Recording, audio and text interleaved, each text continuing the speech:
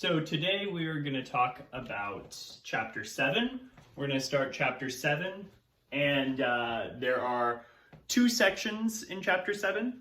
There's going to be 7.1 and then also 7.2, so you'll see both videos drop on the same day. Chapter 7 is all about the normal probability distribution. And so what we're going to do is we are going to talk today about properties of the normal distribution. And here's the homework. You can see it here. And the key ideas are going to be probability density functions. So we're going to learn what that is, and we're going to call those PDFs. And then we're also going to talk about specifically the shape of a normal PDF.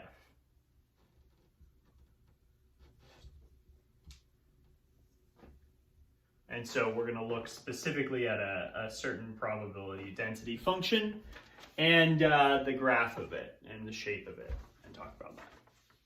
But to get the idea of a probability density function for just kind of a sense of it, we're going to start with a simpler example than the normal probability density function. And so this is going to be uniform distribution. So we're going to talk about uniform distribution. I apologize, my cat is running around. He's at my feet here. I'll show you. Okay, William Blake is saying hi today. Say hi, William Blake. Okay, now back to statistics. Okay, so the example we're starting with is suppose we choose a random real number between 0 and 5. So here our random variable is a real number between 0 and 5. And so the idea is we're not just choosing 0, 1, 2, 3, 4, and 5. So that'd be 6 different values.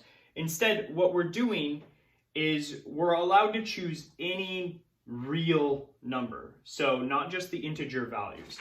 So for example, yes, we could choose, 1, 2, 3, 4, and 5, but we could also choose 1/2, or we could choose pi, which is around there. You can choose any real number. And what do you know about the numbers between 0 and 5 is you know that those numbers are infinite. In fact, if we're talking about real numbers, this is a little bit of an aside, it's more than just a countable infinite. There's an uncountably infinite number of numbers on this line. And all that means is you can't really list them. But you don't need to know that. So why we call this a uniform distribution is if we're just really choosing a random real number between 0 and 5, if it's truly random, any number has an equally likely outcome of showing up. So pi has just as equally likely an outcome of 0 as 5, as 1/2, as 1, any of these numbers. And so you might be wondering, how do we figure out a probability?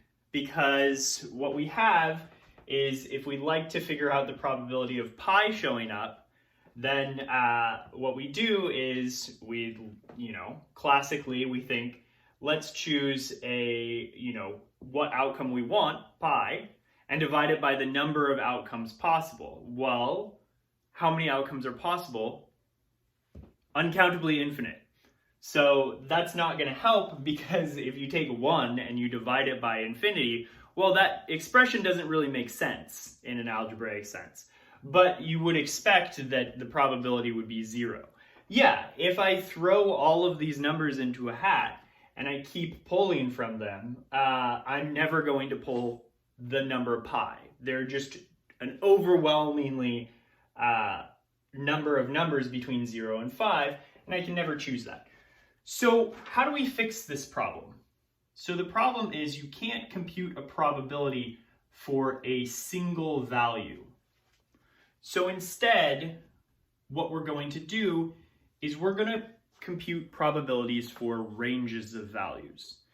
Because if all of these values are equally likely, and someone says, well, what's the probability that, that the number is between 0 and 5 halves? Well, now what I've done is I've taken my interval, 0 to 5, and I've split it in half. And now I know that if I choose a random number, I can say, oh, well, you know, it's half of the probability that it's going to be in here. So, in other words, what's the probability of x being less than or equal to 5 halves? This probability is going to be 1/2. All right. Well, what if I said, what's the probability that my random variable x is less than the probability of being, let's see, 3.5, but also maybe greater than 3? Well, in that case, what am I talking about? I'm talking about this interval here. So here we have 3 and we have 3.5. Okay, so what I want to know is I want to know the probability that x lands in here, that my choice lands in there. Well, how do I figure out that probability? Well, what I want to do is, if any number is equally likely, then what I want to do is I want to take the length of this interval, which the interval has length 1/2, and then I'm going to divide that by 5, by my total interval, and I'm going to get 1/10.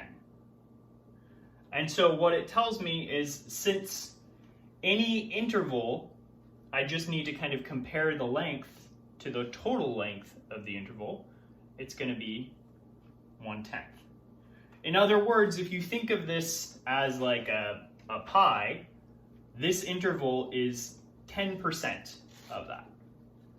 Okay, so that's how you would figure that out. Okay, so the probability that your random variable, the value lands between 3 and 3.5 is 1/10.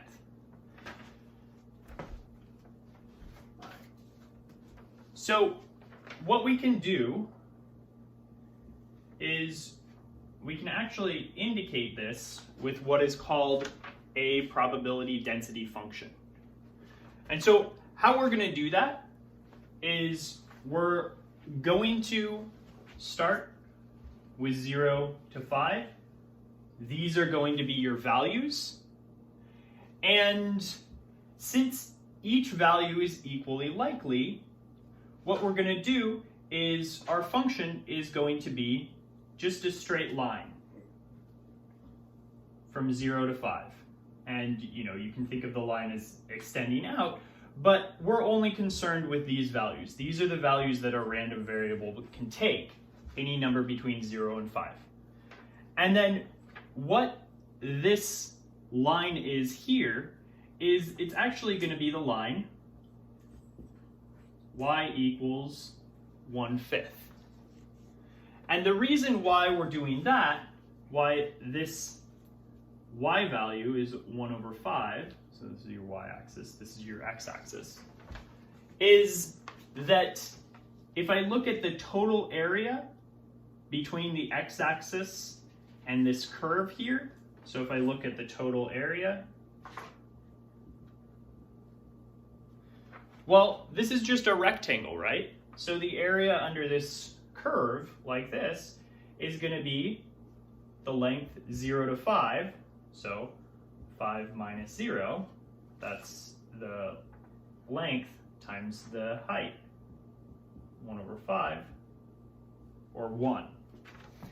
And so what this function does is it gives you kind of a density. We know that the proportion of all values are going to land in here, and so we know that this total area is actually equal to the probability that our random variable lands between 0 and 5. We know that it's certain to land between 0 and 5 because those are the only values we're choosing from, and so it's going to be like that. And so if you want to interpret it like that, well, then if I look at the box from 0 to 5 halves, that box is going to have area, well, it's going to be half of your box that has area 1, so that's going to have area 1/2. And so you can interpret that area as the probability. And then if I look at the area from 3 to 3.5, that rectangle there is going to have area 1/10. So again, what your function y equals 1 over 5 does is it gives you kind of this density in terms of the area of the probabilities. And we're going to look at some more examples in a second. But before we move on, I want to talk about how this random variable is what's called a uniform continuous random variable. So, uniform continuous random variable. It's uniform because every outcome is equally likely. It's continuous because the number of outcomes possible happen on a continuum. Kind of like if we think of temperatures throughout the day or times, things like that. Okay. All right.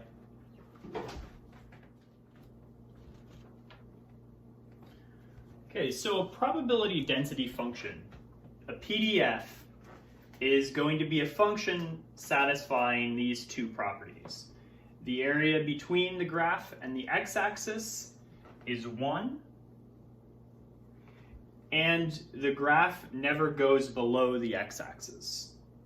So sometimes we say this first one is area under the curve is 1, but what we mean by area under the curve is area between the graph and the x-axis is 1. So if we look at what's happening here, if we go back to our previous example, and maybe I'll draw the curve as red, and then the area is the stuff in black, the curve, again, or the graph of the function, is the graph of y equals 1 over 5. You stay at 1 over 5 the entire time. And so the reason we do that is, again, to get the area equal to 1, the area between all of our values that are possible, and the curve. If we look at that, we're going to get 5 times 1/5, and we're going to know how to compute that area. And the graph never goes below the x-axis, so notice it's always positive values. Now, what I want you to do is I want you to think of these things in terms of probability models. Because what we have here is this is exactly like saying if you add up all of the probabilities, you get 1. Except Here we have an infinite number of probabilities, so we have to think in terms of kind of intervals of lengths. We can't think of probabilities as specific values, we have to think in terms of probabilities of intervals. And what this is saying is the area, or the density, if you want, of the values from this point to, this point here. If I break it up into pieces, that would be 3, so maybe this is x0, x1, x2, x3, and then this value would be x4.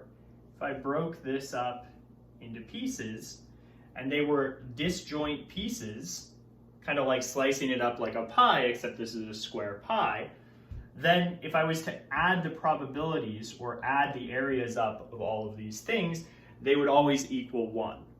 So this is kind of like splitting up different outcomes. Okay?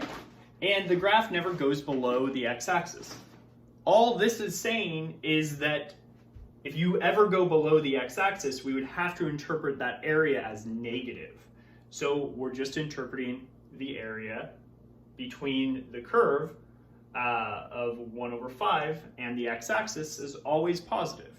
We don't want negative probabilities. That was our second requirement for a probability model. So again, think of this as analogous to probability model, but we're using continuous random variables now. And so graphs of PDFs, these things here, are just the analogs of relative frequency histograms, but for continuous distributions. So remember, you can have histograms, and they represent random variables that are discrete, but when you have a continuum of values, you're going to need PDFs. So that's how you want to think of PDFs.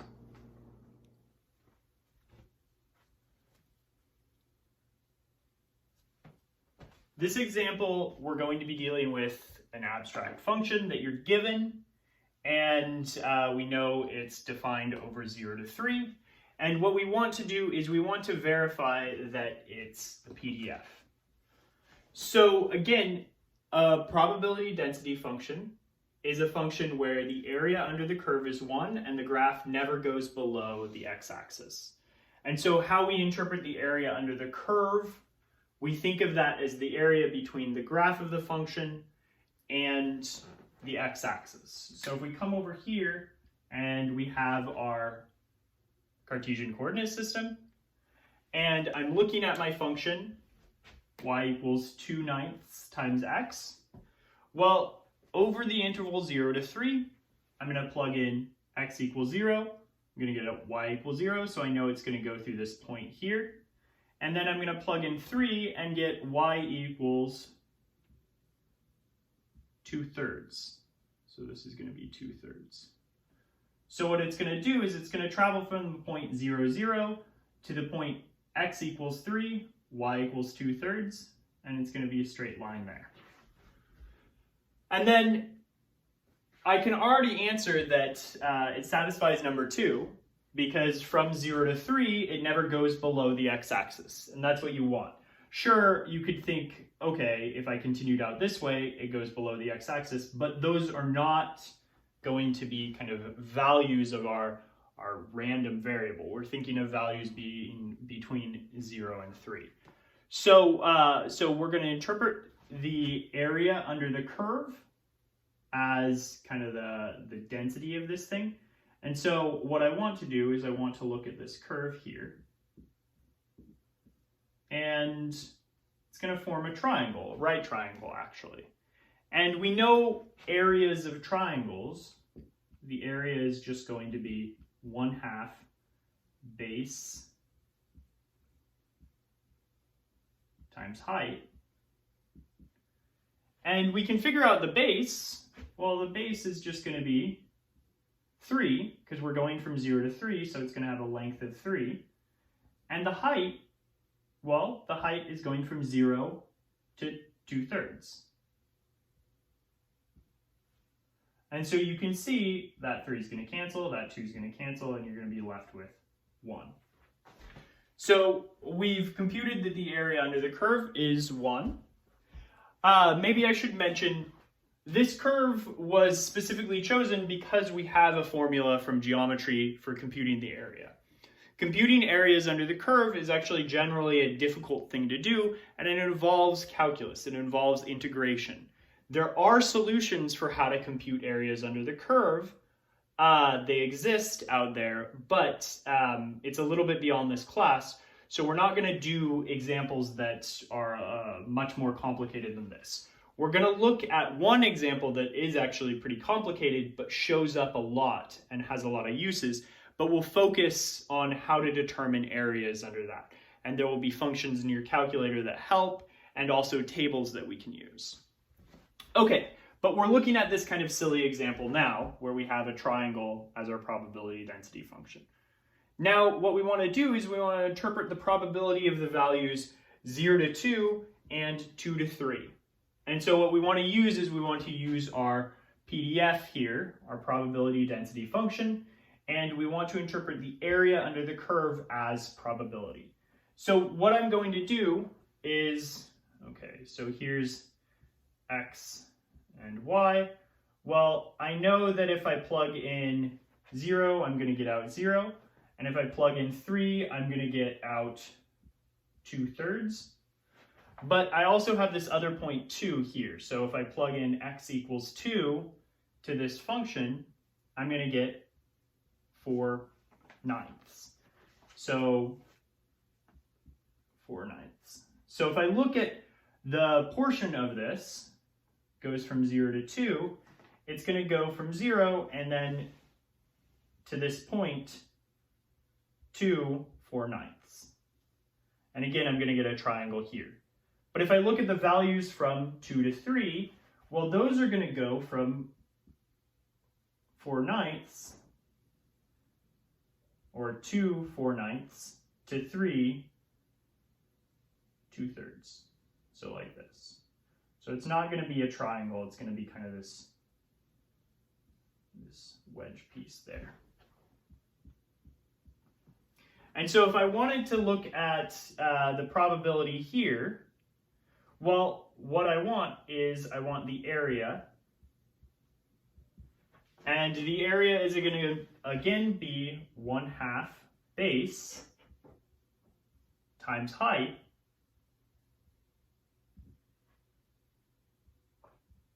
And you'll get 4/9. And then, well, what we know is that if I take this piece and I add it to this piece, I should get 1. So the area of this is just going to be 1 minus 4/9 or 5/9. And so again, I'm interpreting this area from 0 to 2 as a probability that my random variable, whatever it means in this case, takes on values from 0 to 2 is going to be 4/9. And the probability that our random variable takes on values between 2 and 3 is going to be 5/9. So you can see this actually has a little more area, even though the interval is smaller.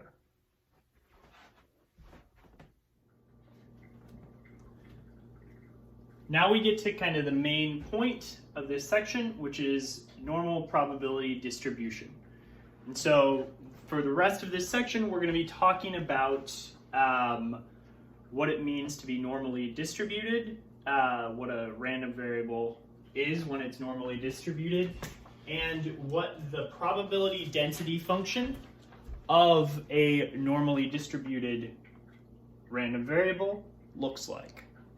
So a normal probability distribution is going to be a continuous random variable, and I've put continuous in kind of qualifications here, is normally distributed or has a normal probability distribution if there are two possible cases. It's PDF, probability density function, is a normal curve. And we'll talk a little bit about what a normal curve is. Or if its relative frequency histogram is approximately a normal curve.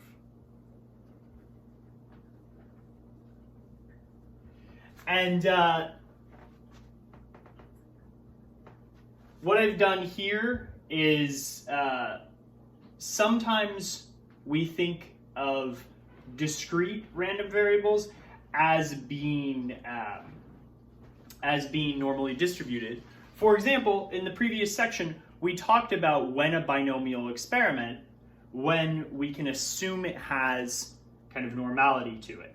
And we gave a condition for that. That condition says we can approximate it by a normal curve. We can approximate its relative frequency histogram by a normal curve. And so you can kind of see the pictures here. This is what a normal curve looks like. We're kind of familiar with this. Kind of looks like a ghost. So if you want, during Halloween, you could dress up as a ghost, but you could say, actually, I'm dressed up as the normal distribution. That'd be kind of funny. But you can see over here, what we've done is I've drawn in a picture of a histogram, which sometimes you can draw histograms for continuous variables if you're collecting data on those and you split it up into ranges and you're kind of approximating that continuous variable. Or sometimes you just have a lot of data and it's a discrete variable, but you've kind of written it like this. What you can see is we've overlaid the histogram with a normal curve, and it looks approximately normal. And we're going to see different times when we can actually do that, when we're allowed to do that. So we're going to see that in the future. One thing I want to point out is, what does this PDF actually look like? How is it defined? Well, here, this again is the mean. We know that's the mean of our random variable. And then if you have this to be the standard deviation of your random variable, well, if you take these two things, you can get your relative, probability density function through this formula here. This ugly thing, y equals 1 over the quantity standard deviation times square root of 2 pi times exponential function raised to the -1/2 times x minus the mean divided by standard deviation squared. Everything is either a constant or determined as long as you know the standard deviation and the mean. But because this is so complicated, we're not going to worry about this. What we really want to focus on is we really want to focus on the shape. And we're going to talk about how the shape matters and how different things affect the shape. And we want to work with the shape of this graph. But we still are going to interpret area under this curve as probabilities and things like that. And just keep in mind that that the area under this curve, yeah, if you were to use calculus and integrate this, you would get 1. It takes a little bit of work. Actually, I know if you've taken Calc 2, you might recognize that this function here, because you have an exponential function and squaring in the variable, it's actually a very, very difficult function to integrate. But you can. There are methods that allow for that. But before we move on, one thing I want to talk about is if I look at my standard deviation, and let's say I have two kind of normally distributed functions, and maybe they have the same mean. So the mean is going to be mu here.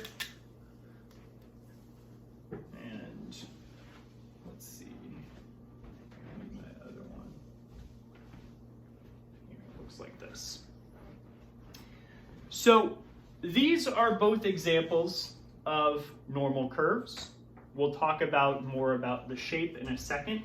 But what I want to do is I want to interpret how the standard deviation is actually going to affect the shape of the graph. Well, one thing we're going to get is that this red graph here is going to have a smaller standard deviation, and this black graph will have a larger standard deviation.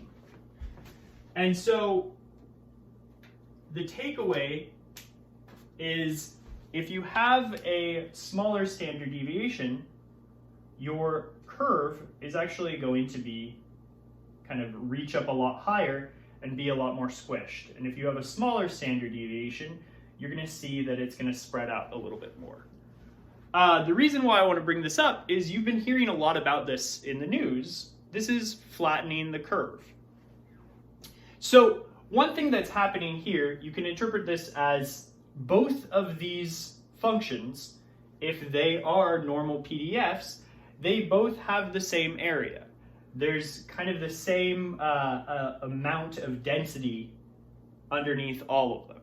It's just one of them is kind of shooting up when you get to the middle here, when you get to the kind of mean value, the highest density, if you will.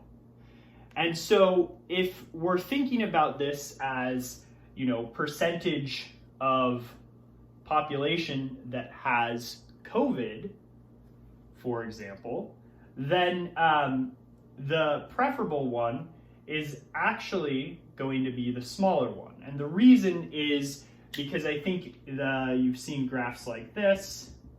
Here you might have something that's like medical beds or beds in the hospital available. And so if you shoot up past this line, or like percentage of beds that are available to Americans or something like that. So if you shoot up past this line, there's going to be a portion of time where you don't have the medical necessities. And so again, when we say flatten the curve, all we're saying is make the standard deviation larger.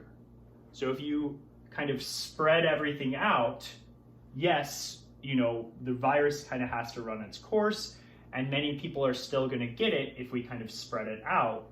But the reason why I'm making these videos, the reason why we're doing all this, is really to make the standard deviation larger, to kind of have that curve there. So I wanted to mention that because it comes into play. It's kind of relevant to what we're talking about. But that's what it means when people say kind of flatten this curve, make the standard deviation larger. Okay, now we're going to talk about the shape of a normal probability density function and some properties that we can take away from that. So this is going to be a lot more important than memorizing what the function actually is, because we're not going to be using that. Instead, what we're going to be doing is we're going to be looking at these graphs, we're going to be learning how to draw them, and we're going to be looking at the areas and interpreting how we can read the areas under the curve, how we can determine them, and how we can spit those back into probabilities when we're talking about normally distributed random variables. So the shape of the normal PDF is going to be really important. So the first thing I want to mention is the highest point is when x is equal to the mean. So this is your x-axis. When x is equal to the mean, that's going to be the highest point of your graph. It's going to be kind of the largest value of your probability density function. And remember, back when we talked about the mode was when we're working with discrete random variables, the mode is going to be the thing that shows up the most, the outcome that shows up the most. So you can think of modes as election winners, things like that. But when you're not working with discrete values, when you're working with continuous values, you can think of the mode in terms of the highest point, or the x value where the highest point shows up. And so in this case, what we're actually saying is that the mode and the mean are the same thing. The other thing I want to mention is what's called an inflection point. So an inflection point is where the graph kind of changes in this way. And so you can kind of think about this as from this point to this point, you have this cap like that, and it's concave down. It's kind of shaped where it's opening up downward. And then after this point, the graph kind of slowly opens up upward in a way, or it's concave up. These are words you don't need to worry about. The takeaway is you want to think of this as an inflection point. And we'll talk about where the x values on the inflection points are. You can probably read my graph. It's going to be the mean minus standard deviation, mean plus standard deviation. But when we talk about inflection points, again, that's where the graph kind of changes from opening downward to opening upward, or opening upward to opening downward. And that's kind of the idea. So let's get some of these properties down. So the first property is, and this is very, very important, that this is symmetric about x being the mean. And what this means, what your first value means, is that the mean and the median are going to be the same. So the mean and the median are going to be the same. The second property is that PDF is largest when x equals the mean. In other words, we have that the mean equals the median. This just comes from the first one, but this is all equal to the mode. So this is kind of what I mentioned here. We can interpret the mode as the highest value there. And so what's very, very nice about normal distributions is mean, median, mode all have the same interpretation. And the third one is this inflection point. So inflection points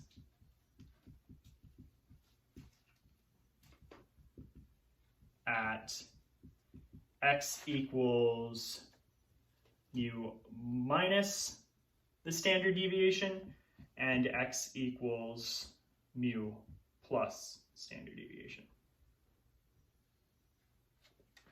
And then the fourth one is the area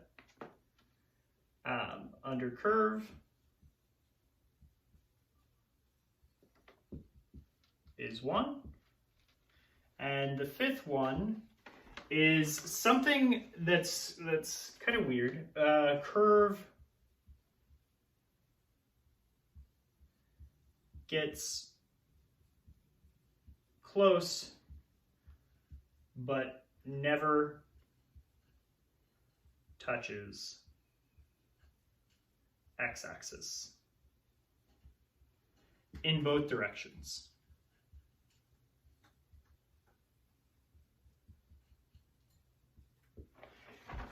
And so you can kind of see the curve gets really, really close to the x-axis, and it just keeps getting closer and closer in both directions. Well, since it's symmetric about the mean, it kind of has to do the same thing in both directions. And this is called having an asymptote at the x-axis. So we have a name for that behavior, but you don't need to remember that, but it's going to be kind of this asymptotic behavior of this function. And so it's kind of weird, because what this means is it means that when we're predicting that our random variable is normally distributed, it can actually always have a probability of taking on any value you want. It's just that the probability is going to get so small because the area is going to get so small when you go out further. But this thing is a very abstract mathematical thing that makes this function work nicely. And so you should kind of keep that in mind, that this is where the math and the real world things are going to differ. Because if this is interpreting that everything is, that any value has technically a possibility of showing up because the curve is never going to touch the x-axis, there are going to be instances where that that's not true. So be kind of warned about this fifth one. But 4 and 5 actually tell you that this is a probability density function because the area is going to be 1. And since we know it's going to be above the x-axis and never touch the x-axis, well, it's always going to be above the x-axis. So those are kind of nice in that way.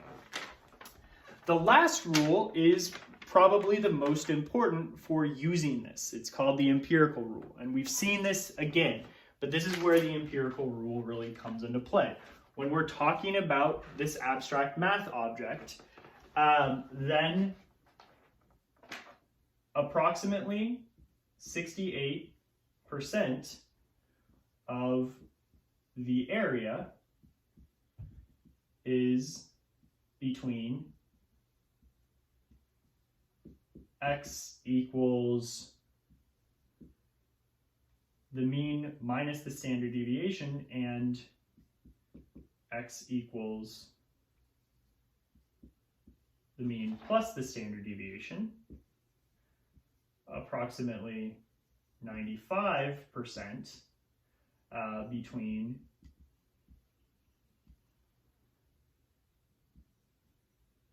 mean 2 times standard deviation and mean plus 2 times the standard deviation. And then approximately 99.7% is between mu minus 3 times standard deviation, mu plus 3 times standard deviation. So how you would interpret this is, if I wanted to look at this area here of the curve, then this is going to be 68%, and then these two kind of wings are going to be what's left over. So I don't know if you want, that's going to be 32%, approximately 32% between these two. And then if you wanted to go out further, go out another standard deviation, and you're going to capture about 95%. And then if you wanted to go out further, you're going to capture most of the area, so most of the probability. And then anything past these values, we sometimes call that the tail of the piece. Because remember, it's going to go out and keep going infinitely. And so technically there's going to be a little bit of area when you go out further, but that area is going to be so tiny. It's going to be, whatever's left after you take out this, if not more. And so we usually call that kind of the tail end.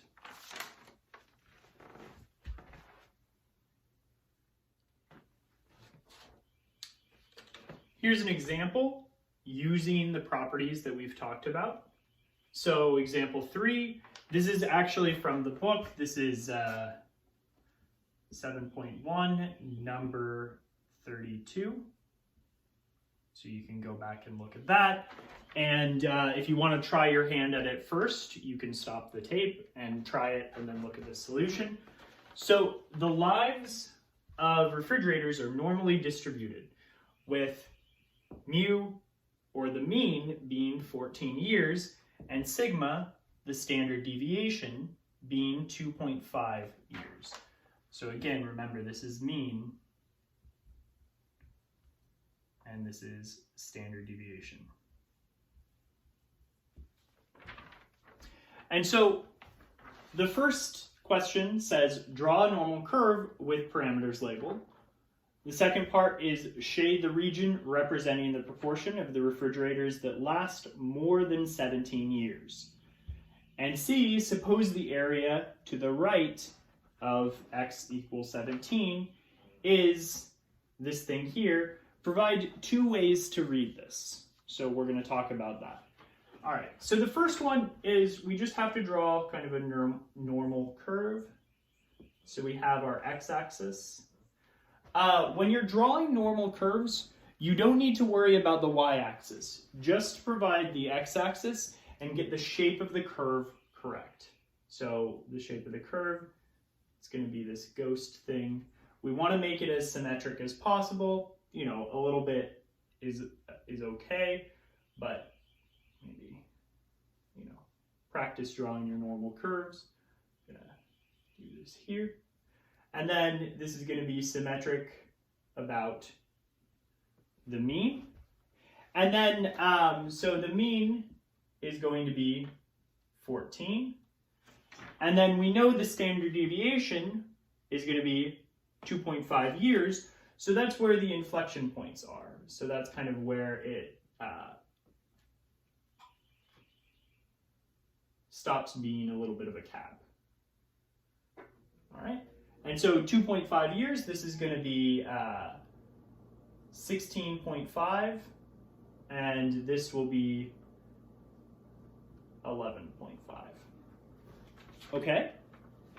And then part B says, shade the region representing the proportion of refrigerators that last more than 17 years.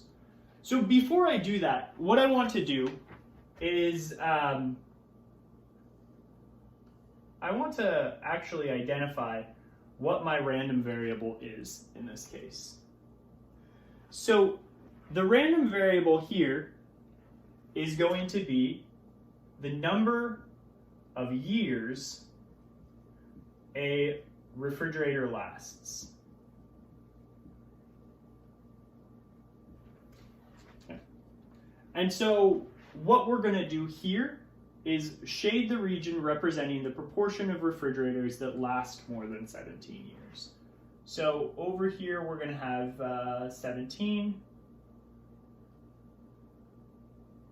and then this region here is going to be that area. So this is part B, that shaded region there. And remember, we can think of this region as, well, this is the probability that your random variable is greater than 17.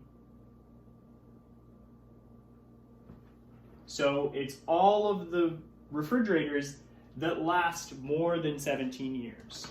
And actually, you could include 17. Remember, a single value doesn't add to probability. So if I include 17 or exclude 17, that's not going to matter. Okay? And so C says, suppose the area to the right of x equals 17 is 0.1151. Provide two ways to read this. Okay. So what that means is, that means that this function here, when I want the probability that a random variable is greater than 17, that the number of years a refrigerator lasts is larger than 17, is 0.1151.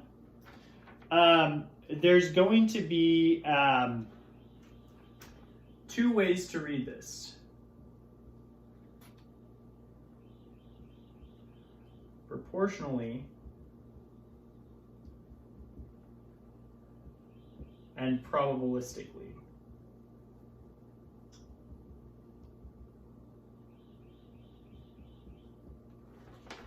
And what this has to do with is, this is proportionally, this is what our data tells us.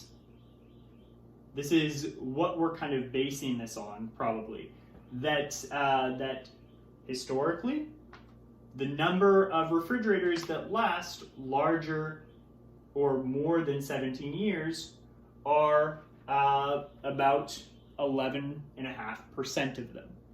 That's proportionally. Probabilistically is kind of a future thing. This is saying that if I was to take random sample of 1,000 fridges,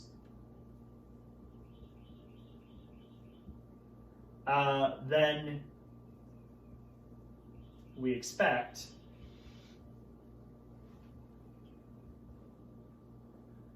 about 115 of them to last